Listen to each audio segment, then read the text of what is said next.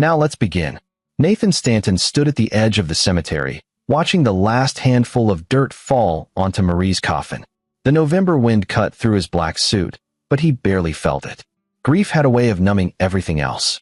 His son Lucas, 13 years old and hollow-eyed, gripped his hand with a strength that seemed desperate, as if letting go might send him floating away into the gray Connecticut sky.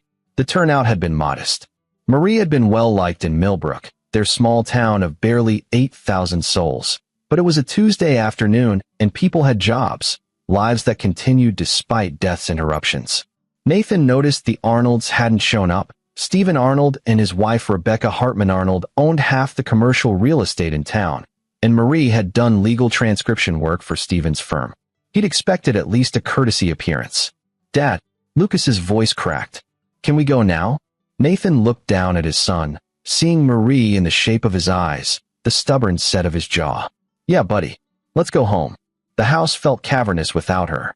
Marie had been the one who filled spaces with warmth, cooking smells, laughter, the constant background noise of true crime podcasts she'd been obsessed with.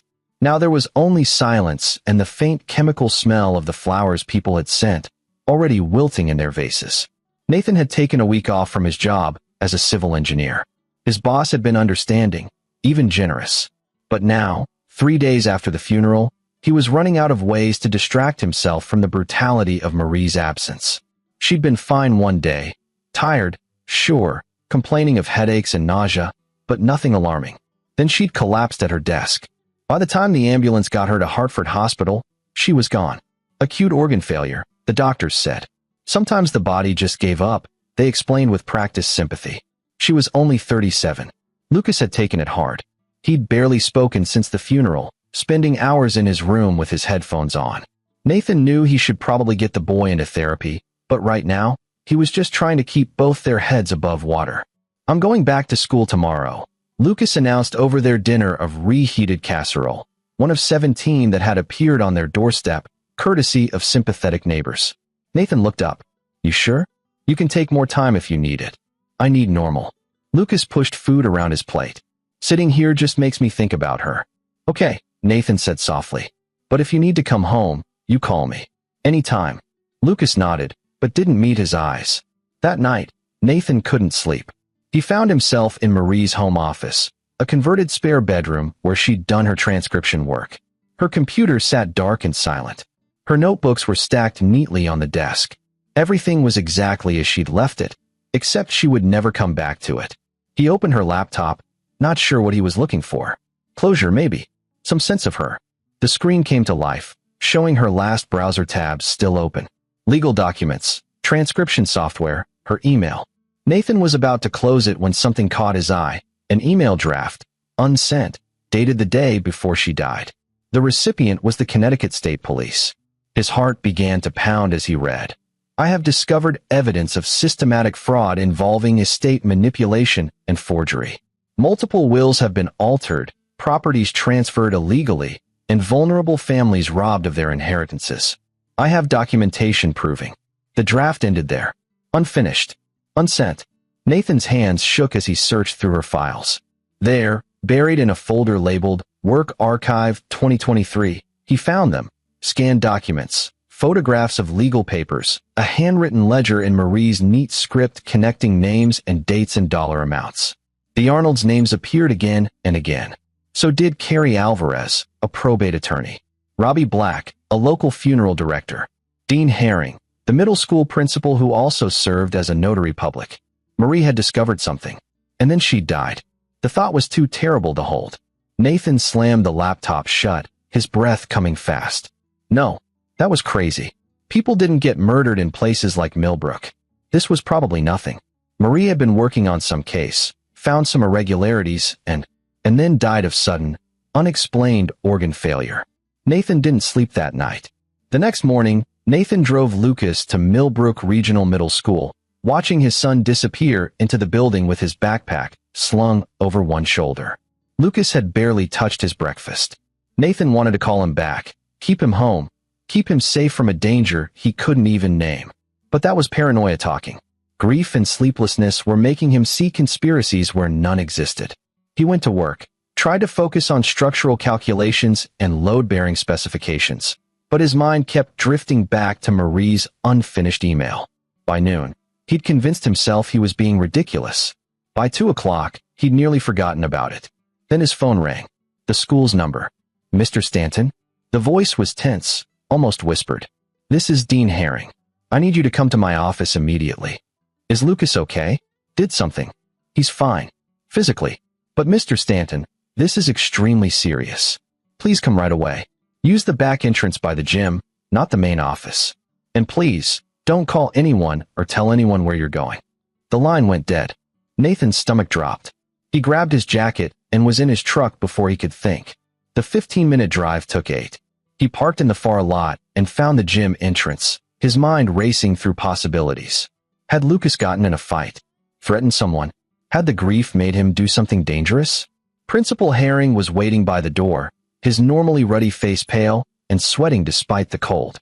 He was a big man, former college football player gone to seed, but right now he looked small and frightened. "This way," he muttered, not meeting Nathan's eyes. They walked through empty hallways. Classes were still in session, to Herring's office. The principal locked the door behind them and pulled all the blinds closed. His hands were shaking. "What the hell is going on?" Nathan demanded. "Where's Lucas?" "He's in the nurse's office. He doesn't know anything about this yet." Herring sat heavily behind his desk. "Mr. Stanton, I'm required to call the police about what we found. But I wanted to give you a chance to see it first. Because I've known your family for years, and this just doesn't make sense." "What doesn't make sense?" Herring opened his desk drawer with trembling fingers and pulled out a gallon-sized plastic bag. Inside was a tangle of jewelry, necklaces, rings, bracelets. Nathan recognized them instantly. They were Marie's. The pieces she'd been buried in, the heirlooms from her grandmother that she'd wanted to take with her. "We found these in Lucas's backpack," Herring said quietly. "Along with these." He laid out photographs. They showed a cemetery at night, a partially excavated grave, disturbed earth. The images were grainy, taken from a distance, but clear enough. Nathan's world tilted. "That's not, Lucas didn't. There's more." Herring's voice was barely a whisper now. He produced a final photograph, this one showing Lucas, or someone wearing Lucas's distinctive red jacket, standing near the cemetery gates with a shovel. The custodian found the backpack in Lucas's locker during a random check. He brought it straight to me. "Mr. Stanton, I don't want to believe Lucas would desecrate his own mother's grave, but the evidence. It's bullshit." Nathan snatched up the photos, studying them with an engineer's eye for detail. The angle was wrong. The lighting was staged. And that jacket. Lucas had worn it to school today, which meant this photo was at least a day old, but the grave in the background looked freshly disturbed. "This is a setup. Someone planted this." Herring looked miserable. "I want to believe you, but I have to call the police. If I don't, I'm an accessory to. Give me 24 hours. "I can't." Nathan leaned across the desk, his voice low and hard. "Dean, you're a smart man. You know Lucas. You know he wouldn't do this. Which means someone put this in his locker. Someone is trying to destroy my son the day after we buried his mother. Now maybe that's just random cruelty, or maybe..." He stopped, a terrible certainty crystallizing in his mind. "Maybe someone wants us gone from this town." Understanding flickered in Herring's eyes. "You think this has something to do with Marie's work?" So Herring knew. Of course he did. His name was in Marie's ledger. Nathan straightened slowly. "I think," he said carefully, "that you need to decide which side you're on. Because if you make that call right now, Lucas's life is over. He'll be institutionalized, investigated, destroyed. And whoever planted this evidence gets exactly what they want." Herring stared at the jewelry, at the photos, at his own shaking hands. 24 hours, he finally whispered. "But if you don't figure this out, I have to report it. I have a career, a family." "You have a conscience," Nathan said. "I hope." He walked out, not bothering with the back entrance anymore. His mind was already racing ahead, calculating angles and probabilities and risks. Lucas was waiting in the nurse's office, confused and anxious. Nathan signed him out without explanation, ignoring the nurse's questions. "Dad, what's happening?" Lucas asked as they reached the truck. Nathan looked at his son, really looked at him, seeing the fear and confusion and fragile trust in those eyes so much like Marie's. "Get in," he said quietly. "We're leaving." "Leaving school?" "But..." leaving Millbrook. Tonight. Forever. He pulled out of the parking lot, checking his mirrors for followers, his mind already working through what needed to happen next. Marie had discovered the truth and died for it. Now they'd tried to frame Lucas, probably hoping to discredit anything Marie might have shared, to terrify Nathan into running. Well, he was going to run, but not the way they expected. Nathan drove to Hartford, taking side roads and checking constantly for tails. Lucas sat silent in the passenger seat, too shocked to ask questions. Good. Nathan needed time to think. They checked into a cheap motel off I-91 using cash. Nathan sent Lucas to shower while he paced the cramped room, pieces clicking together in his mind. Marie's research had been thorough. She'd documented years of fraud, dozens of cases where elderly people's estates had been manipulated, properties transferred to shell companies controlled by Stephen Arnold and his network. The victims were always vulnerable, recently widowed, isolated, without family nearby to notice the discrepancies. Marie had noticed because she'd been transcribing estate proceedings and spotted patterns. She'd started investigating her own parents' estate. They died in a car accident 2 years ago, left her a modest inheritance that had somehow shrunk considerably during probate. That's what had started her down the rabbit hole. And when she'd gotten too close, they'd killed her. Nathan felt rage building in his chest, hot and clean and clarifying. They'd murdered his wife, tried to destroy his son, and they'd done it all from behind the respectable facade of small-town propriety. His phone buzzed. A text from an unknown number. "We know you took Lucas. Don't do anything stupid. This can still end quietly." Nathan stared at the message, then smashed the phone against the wall. Lucas emerged from the bathroom, eyes wide. "Dad, pack everything." Nathan's voice was controlled, each word deliberate. "We're switching motels." They moved twice more that night, zigzagging across Hartford. Nathan paid for everything in cash, used fake names. By midnight, they were in a long-term motel in Manchester, and Nathan finally felt secure enough to think beyond immediate survival. Lucas sat on the bed, no longer asking questions, just watching his father with a mixture of trust and terror. "Your mother didn't die of natural causes," Nathan said quietly. "She was murdered because she found out something that powerful people wanted hidden. Now they're trying to frame you to silence our family forever." He expected shock, denial. Instead, Lucas just nodded slowly. "I knew something was wrong. Mom was scared the last week. She kept checking the windows, locking doors. She told me if anything happened to her, I should tell you to check her office files." Nathan felt something crack in his chest. "She was protecting you, trying to keep you out of it. So what do we do?" Lucas's voice was steady, stronger than Nathan expected. "Do we go to the police? The FBI? The police might be compromised.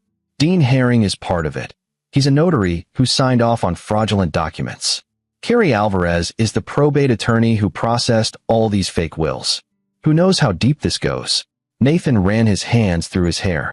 "No, we can't trust anyone official. Not yet." "Then what?" Nathan looked at his son, seeing not a child but a partner now, someone who'd been forced to grow up overnight. "Then we disappear. We let them think they won. And while they're celebrating, I'm going to destroy every single one of them." "How?" A cold smile touched Nathan's lips. "Your mother was smart enough to document everything. She just didn't live long enough to use it. But I will. I'm going to turn their own system against them, make them pay using the same methods they used to rob and kill. And when I'm done, they'll have lost everything. Money, reputation, freedom. Everything." Lucas was quiet for a long moment. Then, "I want to help." "No. You stay hidden, stay safe. This is going to get dangerous. Mom was my parent too." Lucas's jaw set with that familiar stubborn look. "They killed her. Try to make me look crazy. I'm not hiding while you fight alone." Nathan wanted to argue, to protect his son from what was coming. But looking at Lucas's determined face, he recognized something of himself there, and something of Marie too. They'd raised a fighter. "Okay," he said finally. "But you follow my lead. No unnecessary risks. Deal. Deal." They shook on it, man to man, and Nathan felt the balance shift. He wasn't just a grieving husband anymore, or a protective father. He was a man with a mission, and nothing, not fear, not law, not mercy, was going to stop him. He spent the rest of the night poring over Marie's files on her laptop, memorizing names and dates and dollar amounts. The conspiracy was even bigger than he'd thought. Stephen Arnold was the ringleader, but Rebecca Hartman Arnold handled the legal manipulation. Carrie Alvarez processed the fraudulent probate cases. Robbie Black, the funeral director, provided information about upcoming funerals, vulnerable targets. Dean Herring notarized the documents. And there were others. So many others. By dawn, Nathan had a plan. It would take time, patience, and absolute precision. But when he was done, the people who'd killed Marie would know exactly what they'd lost. He looked over at Lucas, asleep on the other bed, and made a silent promise. They'd taken his wife. They'd tried to take his son. Now Nathan Stanton was going to take everything from them. Nathan spent the next 2 weeks building his new identity. He'd always been methodical. It's what made him a good engineer, and now he applied that same precision to disappearing. He and Lucas became Eric and Eddie Morgan, father and son from Pennsylvania, relocating after a family tragedy. The irony wasn't lost on him. They rented a small apartment in New Britain, close enough to Millbrook to monitor events, but far enough to avoid casual recognition. Nathan grew a beard, cut his hair short, started wearing glasses with plain lenses. Lucas dyed his hair darker, changed his style. Small changes, but enough to blur their faces in memory. The hardest part was not contacting anyone. Nathan wanted to call his sister in Oregon, wanted to let his few friends know he was alive. But any contact could be traced, could expose them.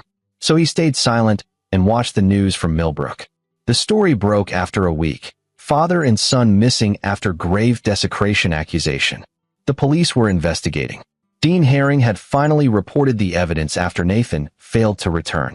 The narrative was already set. Disturbed boy, negligent father, shameful flight from justice. Nathan watched the press conference on his laptop, seeing Stephen Arnold standing behind the police chief, his face appropriately grave and concerned. Rebecca Hartman Arnold was there too, speaking about the need for mental health resources for troubled youth. They looked so respectable, so trustworthy. They're good, Lucas muttered, watching over Nathan's shoulder. They've had practice. Nathan took notes on who appeared in the footage, who spoke, who stood where. Every detail mattered. He spent his days working remotely. He told his engineering firm he was taking an extended leave to care for Lucas after Marie's death, and they'd been understanding enough to let him handle projects from home. The money wasn't great, but it kept them afloat while Nathan prepared his real work. His evenings were devoted to research. He created false identities online, built credibility on legal forums and estate planning websites. He studied Connecticut probate law until he could recite statutes in his sleep. He researched each member of the conspiracy, learning their habits, their weaknesses, their fears. Stephen Arnold was the key. He was a creature of reputation and control. His real estate empire was built on the perception of trustworthiness, of being a pillar of the community. That would be his downfall. Nathan started small. He created a fake email account and sent anonymous tips to 3 families whose estates had been processed by Carrie Alvarez and Arnold's firm. Just gentle suggestions that they might want to double-check the probate records, verify that Aunt Susan really meant to leave her house to a company called Hartford Holdings LLC, instead of to her grandchildren. 2 families ignored the emails. The third, the Maxwell family, responded. Their elderly father Norman Maxwell had died 6 months ago, and his estate had been processed quickly. Too quickly, they'd thought, but they'd been grieving and hadn't questioned it. Nathan, using his false identity as a concerned legal advocate, guided them through requesting the full probate file. Within a week, they discovered discrepancies. A will that looked different from the one their father had shown them years earlier.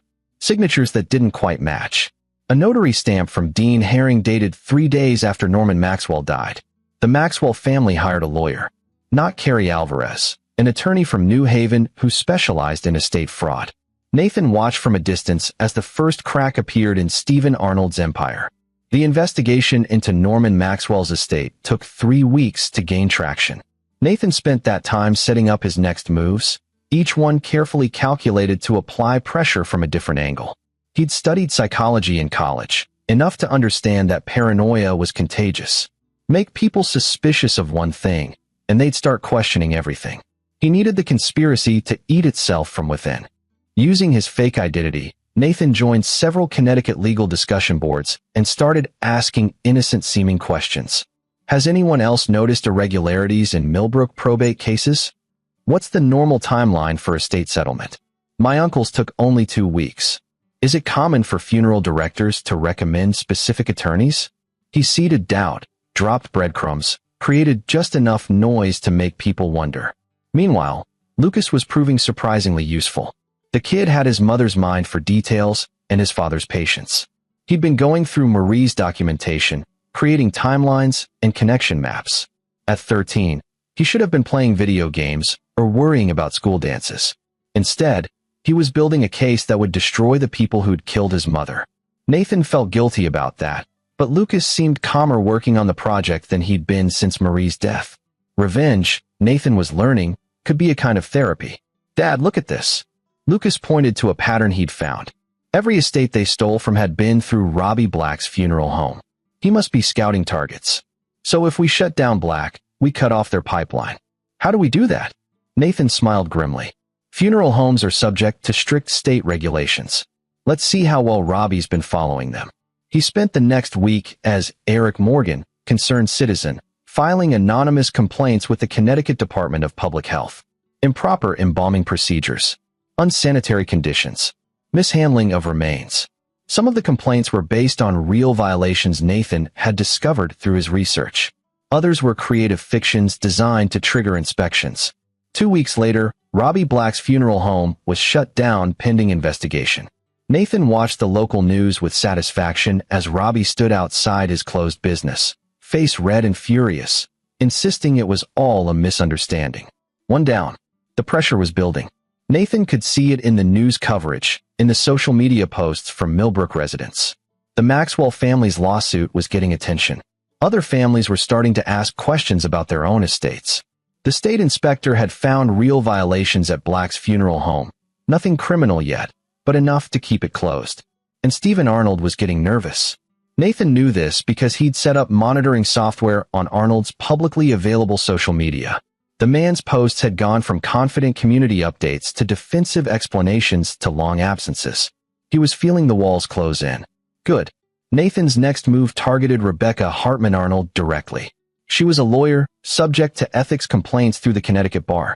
Nathan had Lucas help him draft a detailed, meticulously documented complaint outlining Rebecca's involvement in fraudulent estate transfers. They submitted it anonymously, along with copies of documents from Marie's files. The Bar Association would have to investigate, and even if Rebecca was eventually cleared, the cloud of suspicion would damage her reputation irreparably. Nathan was working on multiple fronts now, keeping the pressure constant. He'd created fake accounts and was posting in local Facebook groups, asking innocent questions that made people suspicious. Did anyone else's elderly relative suddenly change their will right before dying? Has anyone had issues with Hartford Holdings LLC? The paranoia spread like wildfire. Millbrook was a small town, and everyone knew everyone. Once people started talking, sharing stories, connecting dots, the conspiracy's secrecy became its liability. But Nathan wasn't done. He needed to hit them harder, faster. Because the longer this took, the more danger he and Lucas faced. And he still had no solid proof that Marie had been murdered, only circumstantial evidence and his own certainty. He needed something that would blow the case wide open. Something that would force the police to take action, that would expose the conspiracy beyond any doubt. He found it in the most unlikely place, Dean Herring's computer. Nathan had been thinking about Herring. The principal had given him 24 hours, had seemed genuinely conflicted about reporting Lucas. That meant Herring wasn't fully committed to the conspiracy. He was a reluctant participant, probably blackmailed or coerced into helping. That made him a weakness, a potential crack in the armor. Nathan created a fake email account and sent Herring a message. I know what you did. I know about the notary stamps. I know about the children. He'd found references in Marie's notes to something involving Herring and scholarship fraud, but the details were vague. Still, the mere hint of something darker would make Herring panic. The principal responded within an hour. Please. I was trying to help those kids. It's not what you think. Nathan smiled. Herring was desperate, defensive. Perfect. He arranged a meeting in a public place, a coffee shop in Hartford. He went alone, leaving Lucas at the apartment with strict instructions to run if Nathan didn't return in 2 hours. Herring looked terrible. He'd lost weight, aged years in just weeks. When Nathan walked up to his table, The principal didn't even seem surprised to see him. I should turn you in, Herring said without preamble. Lucas is wanted for questioning. You're harboring him. Lucas is innocent, and you know it. Nathan sat down. Those items were planted in his locker. The question is, do you know who did it? Herring's eyes flickered. I can't. Dean, they killed my wife. They tried to destroy my son, and they used you to do it. Nathan leaned forward. How many documents did you notarize for them? How many fake wills? How many estates did you help them steal? I didn't know. Herring's voice cracked. Not at first. Stephen Arnold asked me to notarize some documents as a favor. Said it was time-sensitive, the client couldn't come in person. I thought I was helping. By the time I realized what it really was, I was already implicated. And the scholarship fraud? Herring flinched. That's different. That wasn't fraud. I was trying to help underprivileged kids get into better schools. I may have exaggerated some qualifications, falsified some documents. But I was helping them. I'm sure the parents whose kids got rejected because you gave their spots to others would understand. Nathan's voice was cold. But that's not important right now. What matters is you're going to help me prove what Arnold did. I can't. He'll destroy me. He's going to destroy you anyway. You think he'll let you survive when this all comes out? You're a liability, Dean. A witness who can testify against him. How long before you have an accident like Marie did? Herring went white. You think he killed her?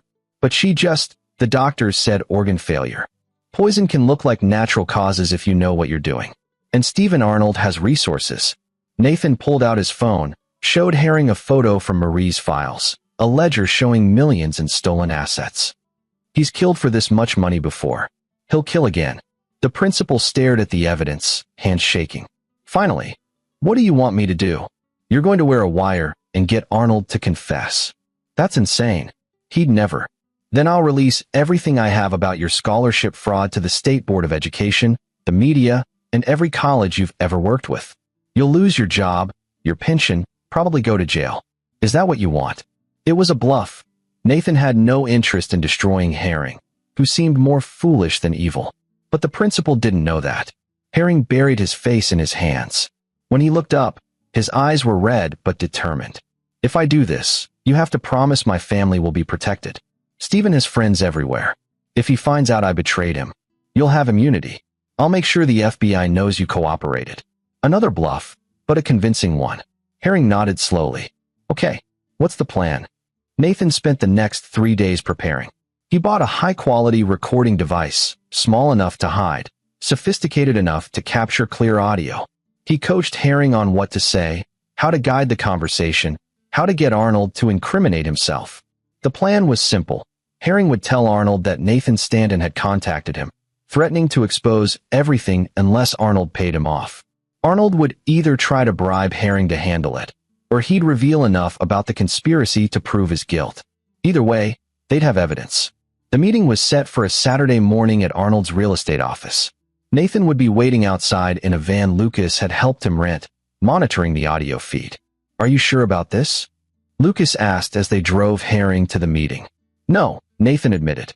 But we're running out of time. The longer we wait, the more likely they figure out we're still around and planning something. Herring looked green. What if he searches me for a wire? Then you say you're paranoid because you're committing a crime. It'll make sense. Nathan checked the recording equipment one more time. Remember, get him talking about the estates. Get him to admit they falsified documents. Get him to mention Marie if you can. And if he threatens me, then you have proof of obstruction of justice too. Nathan met the principal's eyes. Dean, you can do this. For Marie. For all the families they robbed. Herring nodded, took a deep breath, and got out of the van. Nathan and Lucas watched him walk into the building. Nathan pulled on headphones, adjusting the receiver. Herring's footsteps echoed through the empty office. Then a door opening, Arnold's voice. Dean, this better be important. I have a tea time at 11. We have a problem. Nathan Stanton contacted me. A pause. Then, that's impossible. Stanton fled the state. He's probably in Mexico by now. He's not. He emailed me. Said he knows everything. Has all his wife's documentation. Says he'll expose us unless we pay him $500,000. Nathan heard Arnold laugh, a cold sound. That's ridiculous. The man's a fugitive. If he shows his face, he'll be arrested for what his psycho son did. Stephen, listen to me. He knows about the estates. He knows about the wills we changed. He has proof. There is no proof. But Arnold's voice had changed, become harder. Marie Stanton was a nosy bitch who didn't know when to stop asking questions. We took care of that problem. Nathan's hands clenched. There it was. The confession. You said she died of natural causes. Herring's voice wavered convincingly. Natural causes that required a little help from our friend Carrie. He has access to some interesting pharmaceutical compounds through his estate work. Amazing what you can slip into someone's coffee that'll make their organs shut down 72 hours later. Untraceable, if you know what you're doing. Carrie Alvarez, the probate attorney. So he'd been the one to poison Marie. Jesus, Stephen. Herring sounded genuinely shocked. You said we were just manipulating paperwork. I didn't sign up for murder. You signed up for whatever I told you to sign up for. Arnold's voice turned threatening. You're in this as deep as anyone, Dean. You notarized those documents. Your signature is on dozens of fraudulent wills. If I go down, you go down harder. So what do we do about Stanton? Same thing we did to his wife. Maybe a car accident this time. Him and the kid both, somewhere far from here. Make it look like they were running, got careless. Problem solved. Nathan pulled off the headphones, hands shaking with rage. Lucas was staring at him, pale. He killed Mom, Lucas whispered. They really killed her. I know. Nathan's voice was steady despite the fury burning in his chest. And now we have proof. He saved the recording, backed it up to 3 different cloud accounts. Then he sent Herring a text. Got what we needed. Get out safe. 2 minutes later, Herring emerged from the building, walking fast. He got into the van, sweat pouring down his face. Did you hear it all? He gasped. Every word. Nathan started the engine. Dean, as of right now, you're going to the FBI. You're going to tell them everything. And you're going to give them this recording. Stephen will know it was me. Stephen's going to have bigger problems than you. Nathan's smile was cold. Because I'm not done with him yet. The FBI took the recording seriously. Nathan had Lucas deliver it, still maintaining his false identity, along with copies of all Marie's documentation. The agent who received it, a woman named Patricia Lozano, promised to investigate immediately. But Nathan knew how these things worked. Investigations took time. Warrants, evidence chains, legal procedures. It could be months before Arnold and his co-conspirators faced charges. Nathan didn't have months. He had rage and grief and a burning need to see these people suffer now, not eventually. So while the FBI built their case, Nathan built his own form of justice. He started with Carrie Alvarez, the probate attorney who'd poisoned Marie. Nathan had been researching the man for weeks, learning his habits, his weaknesses, his secrets. Alvarez was careful about his professional life, but sloppy in his personal one. He gambled, owed money to some unpleasant people in Hartford, and had a taste for expensive scotch that his salary couldn't support. Nathan created a fake gambling contact, someone who promised Alvarez a chance to win big and clear his debts. All he had to do was meet at a specific location with cash to front his bets. Alvarez bit. He showed up at the abandoned warehouse in East Hartford with $40,000, embezzled from client estates. Nathan was certain. Nathan was waiting. Carrie Alvarez, he said, stepping from the shadows. He ditched his disguise. No point hiding now. Remember me? Alvarez froze, recognition and fear flooding his face. Stanton? But you're wanted for crimes I didn't commit? Yeah, unlike the crimes you definitely did commit. Nathan circled him slowly. You poisoned my wife. Put something in her coffee that shut down her organs over 3 days. Made it look natural. I don't know what you're talking about. Alvarez backed toward the door. Don't bother running. I've got your confession on tape. Stephen Arnold was very chatty when he thought he was safe. Nathan pulled out his phone, played the recording. Alvarez's face went gray as he heard Arnold describe the murder. I was following orders, Alvarez whispered. Stephen said she was going to destroy everything. I didn't want to but you did it anyway. And now you're going to pay for it. Nathan could have turned Alvarez over to the police right then. Could have let the system handle it. But the rage inside him demanded something more personal, more immediate. Here's what's going to happen, Nathan said quietly. You're going to walk into the Hartford Police Department and confess to murdering Marie Stanton. You're going to detail exactly how you did it, who ordered it, and every other crime you've committed.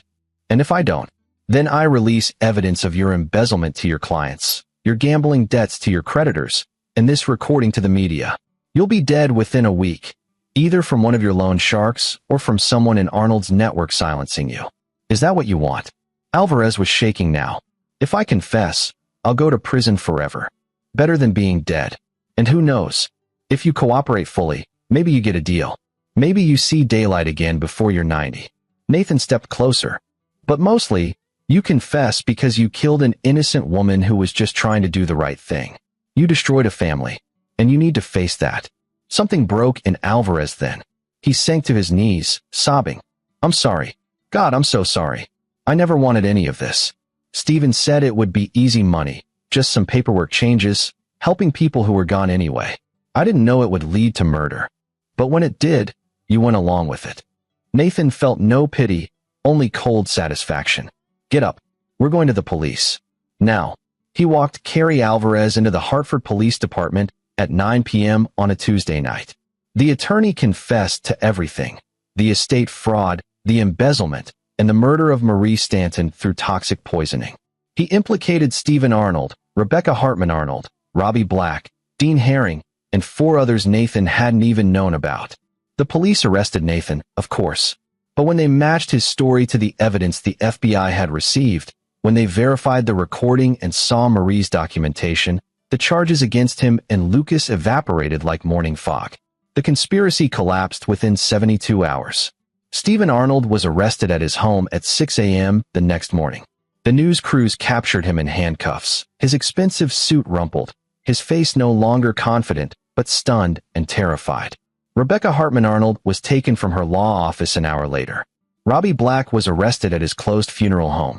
Dean Herring turned himself involuntarily, already having secured an immunity deal in exchange for testimony. For other co-conspirators, people Nathan had never heard of, were rounded up by the end of the week. The media descended on Millbrook like locusts. Small-town corruption scandal. Murder for money. How a grieving husband exposed a state fraud ring. Nathan's face was everywhere, transformed from fugitive to hero overnight. He hated it. The attention, the questions, the way people suddenly wanted to treat him like he'd done something noble. He hadn't done this for recognition. He'd done it for Marie. For Lucas. For the chance to sleep without seeing his wife's face, wondering if he could have saved her. The trial took 8 months. Nathan and Lucas testified, sitting across from Stephen Arnold and watching the man squirm as evidence mounted against him. Carrie Alvarez's confession was damning. The recordings were irrefutable. Marie's documentation showed years of systematic theft. The jury deliberated for 4 hours. Guilty. On all counts. Stephen Arnold got life without parole for murder and racketeering. Rebecca Hartman Arnold got 25 years for conspiracy and fraud.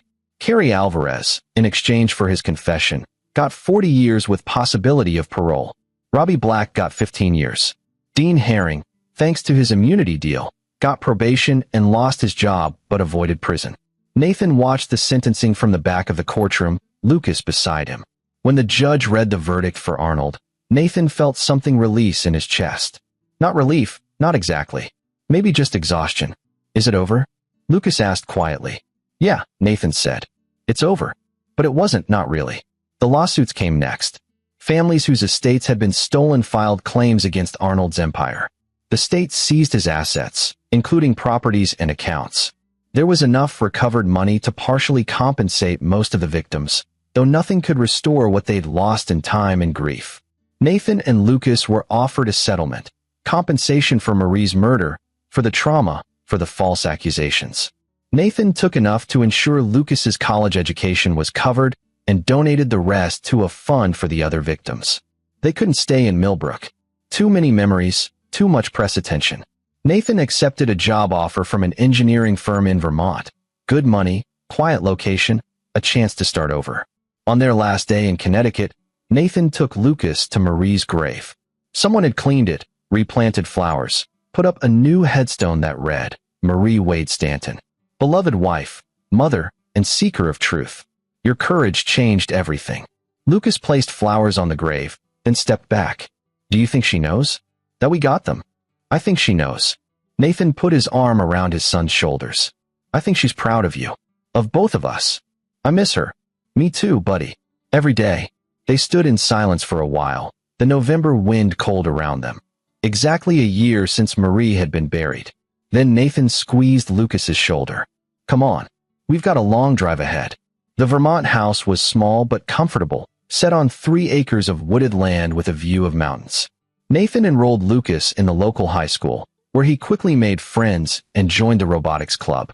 The kid was resilient, Nathan thought.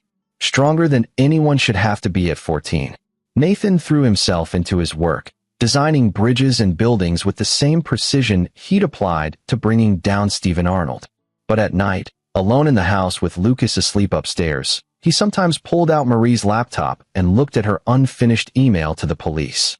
She tried to do the right thing, tried to expose corruption through official channels. And they'd killed her for it. Nathan had done the right thing too, eventually. But only after he'd done the necessary thing, the dangerous, illegal, ruthless thing that actually worked. He wondered sometimes if he'd become like them, like the people he'd destroyed.